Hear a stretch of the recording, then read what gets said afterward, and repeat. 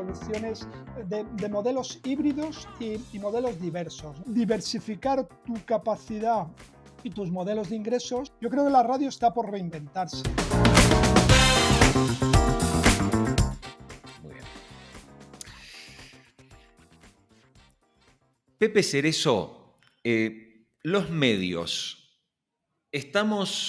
¿vamos orientados correctamente en la transformación digital o vamos camino a la quiebra? Esa es la gran pregunta, ¿no? Llevamos 15 años ahí empujando para evitar esa quiebra. Habría que pensar, cuando hablamos de los medios es muy genérico, ¿no? Cuando hablamos de los medios hablamos del New York Times, pero estamos hablando también de la silla vacía, por ejemplo. O sea, hay dimensiones y mercados absolutamente dispares. Yo creo que los medios llevan 2 décadas de transformación y muchas veces esa transformación no ha habido una estrategia. Yo creo que lo que más ha faltado a los medios en ese proceso de transformación ha sido una estrategia, lo que los americanos llaman el North Star, ¿no? Hacia dónde quieres ir. Y han ido siempre supeditados a cambios que estaban haciendo terceros. Ahora se lleva las redes sociales, pues todo redes sociales. Ahora se lleva la inteligencia artificial, ahora inteligencia artificial. La programática, pues vamos a la programática. Entonces, ha sido una necesidad de cambio constante, pero no se ha dado un repensar cuáles son tus activos y cómo los puedes monetizar, ¿no? Y eso ha llevado también a algo que seguro que hablamos luego, que es que toda esa confusión con los KPIs, ¿no? Con qué medir, qué era de verdad lo que sustenta tu negocio, ¿no? Son usuarios Claro. únicos, navegadores únicos, y eso ha llevado a estrategias de mucho crecimiento vinculado al SEO o a comprar tráfico. Entonces, Sí, de repente cambiaba el algoritmo de Facebook y se te caía el negocio, porque no había una estrategia, ¿no? Ibas detrás de lo que estaban marcando otros. Entonces, a la pregunta, aquellos que han sabido, y siempre decimos el New York Times, hay algunos otros en los países nórdicos, bueno, hay algunos ejemplos que luego si quieres analizamos, que han vale. sabido construir una estrategia de qué son como empresa, de cuáles son sus activos y a partir de ahí qué rol tiene su redacción, su management, su tecnología y a partir de ahí crear un negocio, ¿no? Siempre focalizando en las audiencias y en sus usuarios, que es otra de las Claro. cosas que no han hecho muchas veces los medios. Tú, cuando mencionas esto, fíjate, y hablas como de esos 4, o sea, ¿qué hacemos con la redacción? ¿Qué hacemos con nuestras audiencias? ¿Qué hacemos con la tecnología? Evidentemente, parece que la tarea de la transformación digital, con este escenario que nos estás contando, está todavía muy, muy en pañales. ¿Cuáles serían las tareas pendientes urgentes de una transformación digital en el análisis que tú ves de cómo está la industria de medios en España, en Latinoamérica, que sé que sigues todo eso? Sí. Bueno, yo creo que lo más significativo que hemos aprendido en esta década y media y hemos compartido tú y yo desde dentro, o sea, lo vivimos, ¿no? Mm, Hay veces a los consultores parece que tenemos una bolita mágica. No, no, estamos dentro y nos remangamos y lo hemos vivido desde dentro. Sí hemos aprendido mucho, aunque hay veces que podamos decir que los medios no han aprendido. Sí es verdad que algunos medios y en algunas redacciones se ha aprendido mucho y se sabe por lo menos cuáles son las reglas del juego. Yo en medios mm, líquidos insistía en eso. Cuando empezamos hace década y media es que no sabíamos cómo funcionaba, no sabíamos por qué que era un jardín vallado, ¿no? Por qué Facebook, Google o las plataformas estaban creando esos entornos cerrados cuando pensábamos que todo tenía que ser abierto. Bueno, porque no entendíamos el negocio de Internet. Yo creo que en eso se ha aprendido, pero hace falta muchas claves. Y una de las claves es esa integración, ¿no? Saber que los medios tienen una cosa muy importante que son sus intangibles, ¿no? Son su marca, son su posicionamiento, son sus contenidos, son su redacción, que tiene capacidad de influencia, capacidad de crear agenda, y lo hemos supeditado mucho al soporte, ¿no? Hemos focalizado todo en el ujú. soporte y era una guerra entre el papel contra el digital y nos olvidábamos del usuario y para lo que tú eras relevante. Entonces, eso que nos lleva a repensar nuevamente cuál es en cada uno de esos focos, en qué eres relevante en el contenido y en la creatividad y en la creación, en qué eres relevante en la tecnología porque ese ha sido Ujú. otro de los problemas, no sé si lo hablaremos ahora, era Sí, eso, que las empresas creían que se querían convertir en tecnológicas, ¿no? Y ahora, si quieres, claro, lo claro. entramos en eso, que era un gran error. Y por otra parte, a partir de ahí, crear un modelo de negocio, ¿no? ¿Y cuál es tu Mm. activo? ¿Por qué los usuarios van a ir a ti y no van a ir a una plataforma o van a ir a un blog o van a ir a otro entorno a informarse? Yo creo Mm. que esas son las Tú, claves fundamentales. tú y yo vivimos la experiencia dentro de un gran grupo como fue el Grupo Prisa, ¿no? Durante años que compartimos allí oficinas, trabajo y proyectos juntos. Y tú recién decías, ¿no? Hubo una etapa y en realidad, ojo, todavía creo que predomina, todavía hay empresas que siguen pensando que hay que desarrollar su producto interno, que dicen que hacen un producto exclusivo cuando empresas terceras ofrecen un producto 100 veces mejor y mejor desarrollado, porque además por economía de escala, etcétera, ¿no? Entonces, en lo que vos estás observando, ¿crees que ya las empresas están entendiendo eso? Porque yo tengo la sensación de que todavía hay muchas que siguen pensando, no, tenemos que tener nuestro equipo de desarrolladores, y gastan millones de dólares para siempre, como siempre lo digo, me gusta hacer una analogía, ¿no? Quieren competir con un Renault 4, que es lo que pueden producir, contra unas Ferraris que tienen unos presupuestos megamillonarios de investigación, bueno, en el caso de los MS, ¿no? Los ARC, los Brightspot y estas compañías. Y queremos ir a hacer un productito con 4 desarrolladores y que con eso creemos que vamos a salir a competir contra eso. ¿Tú crees que ya hay conciencia de que eso no hay que hacerlo y que el foco va por otro lado?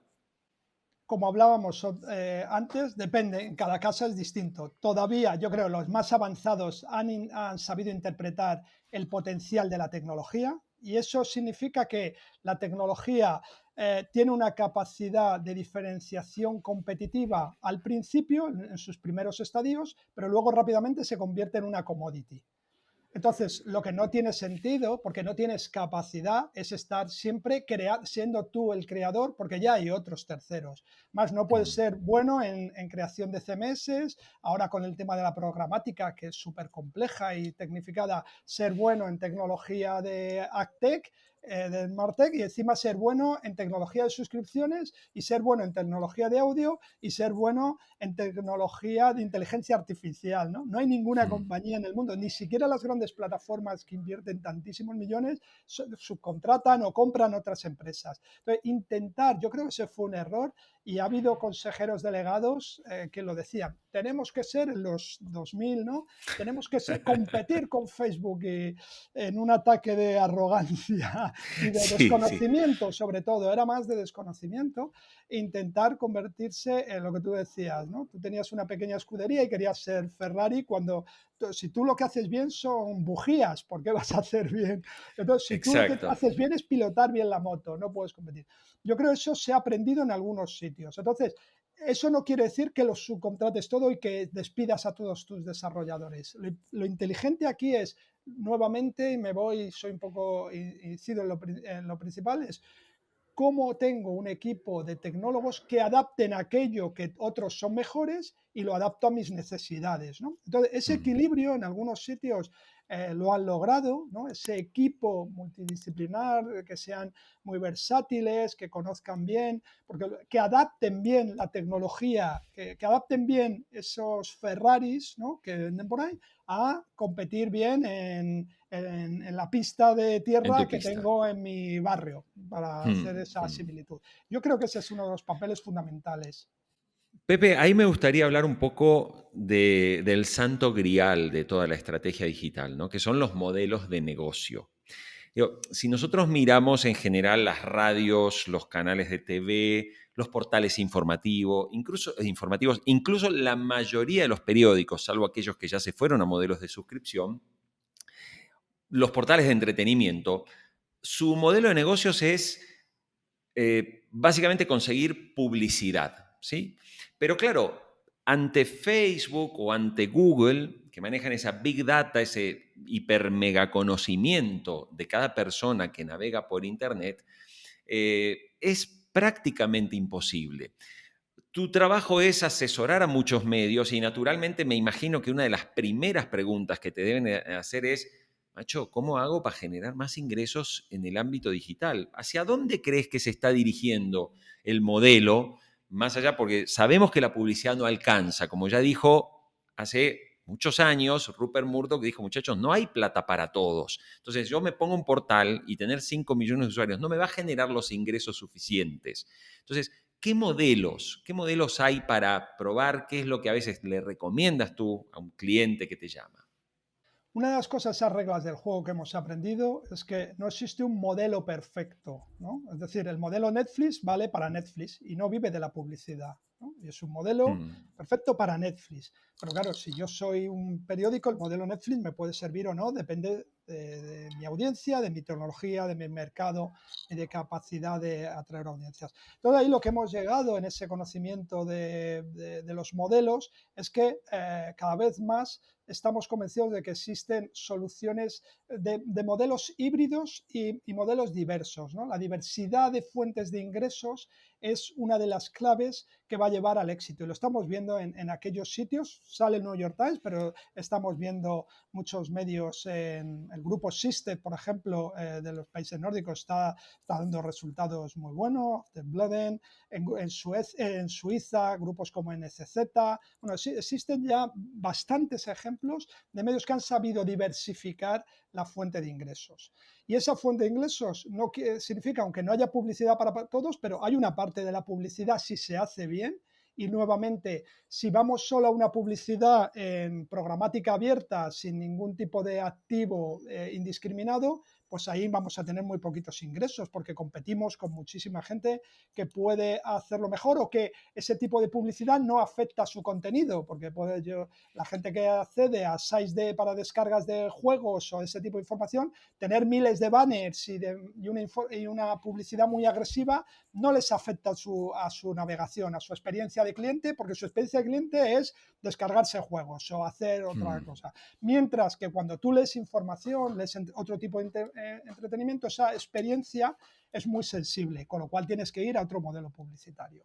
Esa es una clave, es decir, tenemos que buscar un modelo diversificado. Y el otro, ¿no? En la publicidad va a ser importante, una publicidad cualificada y enriquecida, y ahí existen ejemplos muy buenos, y por otro lado, todo lo que se ha venido a llamar en reader revenue, ¿no? Que es un paso más a las suscripciones, que es tengo usuarios, tengo lectores, tengo clientes y me pueden pagar directamente por aquellos productos y servicios que yo ofrezco. ¿Vale? Y esos productos y servicios pueden ser desde el propio contenido a eventos, a descargas de productos, servicios, e-commerce. Creo que hay otra línea que se ha explotado poco, pero que tiene mucho futuro, que es el B2B, ¿vale? Entre empresas, modelos de entre empresas, que también ven. Entonces, diversificar tu capacidad y tus modelos de ingresos es una buena vía y a partir de ahí tienes que estudiar en qué eres bueno, en qué eres relevante en cada mercado y desarrollar ese modelo. Pepe, quiero llevarte un poco a hablar de radio. Algo hemos hablado recién, pero a ver, todos sabemos que el foco central de la radio es la producción del audio y una de las cosas que, lo he dicho muchas veces, que llama la atención es que han sido los diarios, los periódicos, como el caso del New York Times, que han entendido incluso mejor las ventajas, por ejemplo, de producir podcasts y de producir audio digital y hasta están ganando dinero con ello. Digo, yo quiero contarle al oyente que poner una pauta en The Daily, el podcast del New York Times, cuesta la friolera de $250,000 mensuales. O sea, estamos hablando que ni creo que el medio más exitoso de radio en España, en Argentina o en Hispanoamérica pueda percibir mensualmente por una pauta publicitaria $250,000 porque es una fortuna. Ahora, con esa mirada de la que también has hablado en varias de tus ponencias, tú hablas mucho del concepto también ya de evolucionar del user experience al client experience, ¿no? De la experiencia del usuario a la experiencia ya de cliente y empezar a tratar a ese usuario que entraba, que ya no es una página vista o un browser único, sino cómo convertimos a ese señor en un cliente de lo que nosotros hacemos. ¿Qué crees, desde tu experiencia, que, por ejemplo, la radio puede tener oportunidades para mirar en esa transformación? Claro, la radio ha llegado más tarde a la transformación digital porque los primeros años en los que la prensa sí le dinamitó el negocio tradicional, la radio todavía mantenía. Le pasa un poco a la tele todavía, como su negocio tradicional se mantiene, pues llega un poquito. La tele se ha puesto las pilas por la llegada de las OTTs, ¿no? Pero la radio Mm, ha llegado y ha dado traspiés, ¿no? Porque no sabía precisamente cómo evolucionar a ese ecosistema líquido del que hablamos. Y han sido precisamente en la evolución hacia el medio líquido de la prensa la que ha ocupado el espacio del audio, principalmente de los podcasts, ¿no? Y ahí mm. hay muchos ejemplos, has dicho tú Sí, algunos. Aquí, por ejemplo, Podium Podcast lo está haciendo bien. Entonces, ahí se ha ocupado ese espacio. Yo creo que la radio está por reinventarse. O sea, sería por mi parte muy osado decir que tengo la solución. Yo trabajo menos con radios, me llaman menos, creo que es la oportunidad que me empiecen a llamar ahora, porque sí creo que hay un camino de repensar esa evolución. Y va en lo que yo creo, intuyo, que tiene que ver con una conceptualización del audio más amplia que no es poner una cámara, sino es ir evolucionando. Creo que el mundo servicios de audio es muy amplio y se pueden hacer muchísimas cosas. Y eso lo está ocupando las plataformas. Todos los servicios de audio que hables con las plataformas no lo están ocupando las radios, con lo cual ahí hay una parte de evolución. Y por otra parte es curioso porque yo sigo mucho a NPR, que me gusta mucho, y por ejemplo, NPR sí. se ha hecho una evolución al vídeo, ¿no? Que está haciendo muchas cosas en YouTube, los Tiny Concerts, por ejemplo, que rueda conciertos los viernes en su sede, hacía mini conciertos que luego transmitía por la radio, pero luego hacía vídeos, ¿no? Y hace como unos conciertos Ujú. muy interesantes. Bueno, ocupar estos espacios, creo que los ejemplos son más minoritarios porque la radio ha llegado y es ahora cuando se va a poner las pilas.